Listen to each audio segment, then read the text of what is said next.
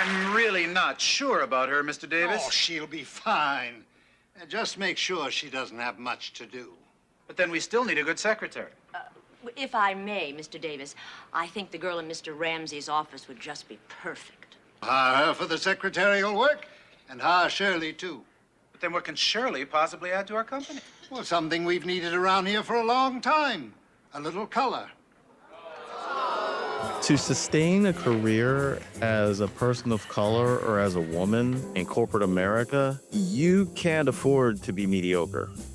Mediocrity is not an option. It's not an option to get that job or those jobs, and it's not an option to maintain those jobs or to sustain a career for 10, 15, 20, 30 years. Oftentimes, throughout my career, I've been the only Black creative at a company, and I've been the only Black male executive at a company. When I hear people throwing around this DEI nonsense, as if the assumption is, for example, that I've had the career that I've had simply because I'm Black, or I was only given those opportunities because I'm Black. I guess the belief is that corporate America has been giving jobs away to Black people for decades now. I mean, going all the way back to affirmative action through to now. I mean, to hear some people talk about it, you'd think that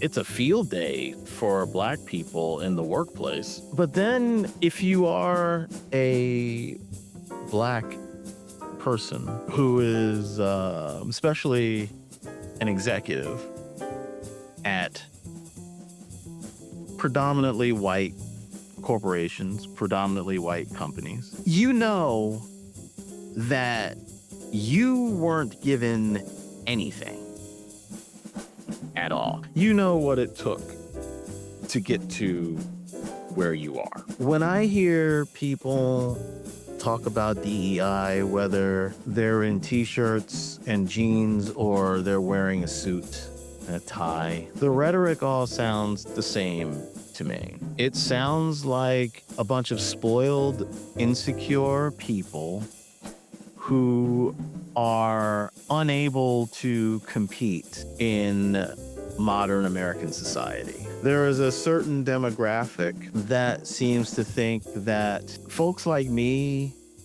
didn't earn it, that opportunity was given to us because of racial quotas and stuff like that.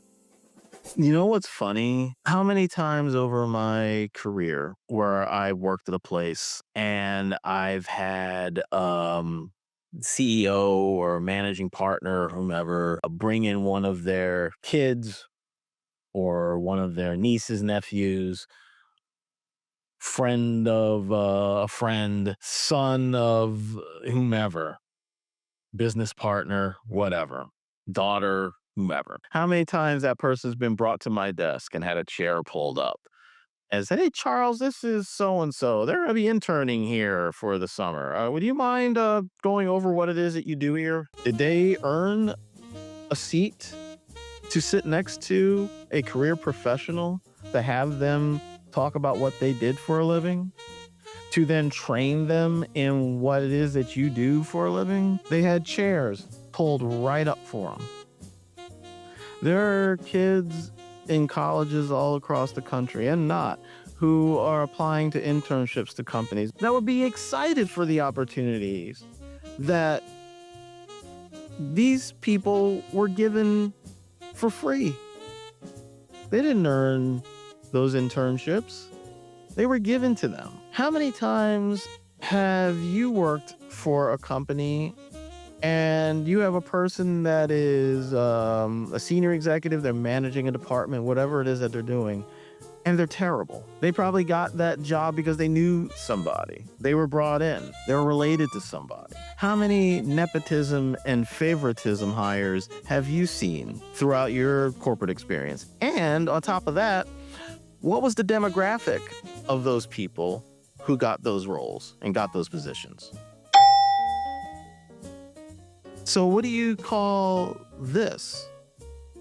Certainly not a meritocracy. Sometimes it's a kakistocracy. That's what we have going on in our government. That's what we have going on many times in corporate America. There are people, especially now, throughout our government, throughout our workforce, that are in roles and in positions that were not earned.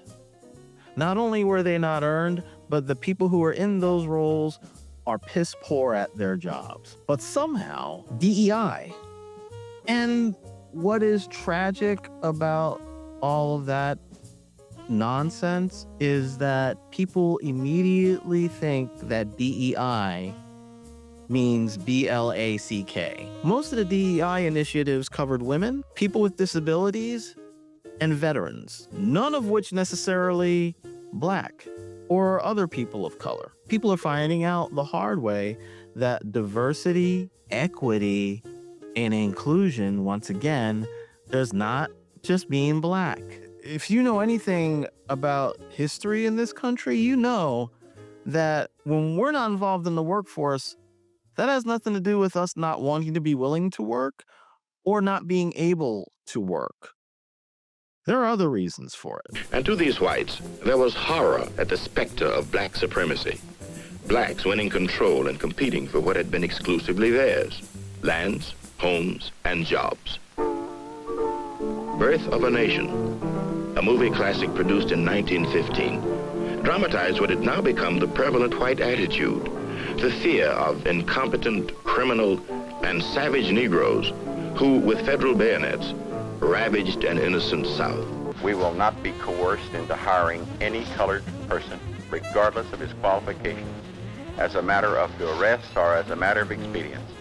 A lot of people in this world think that Negro, I say Negro, has a place in this world. He does have a place in this world. The Negro does not want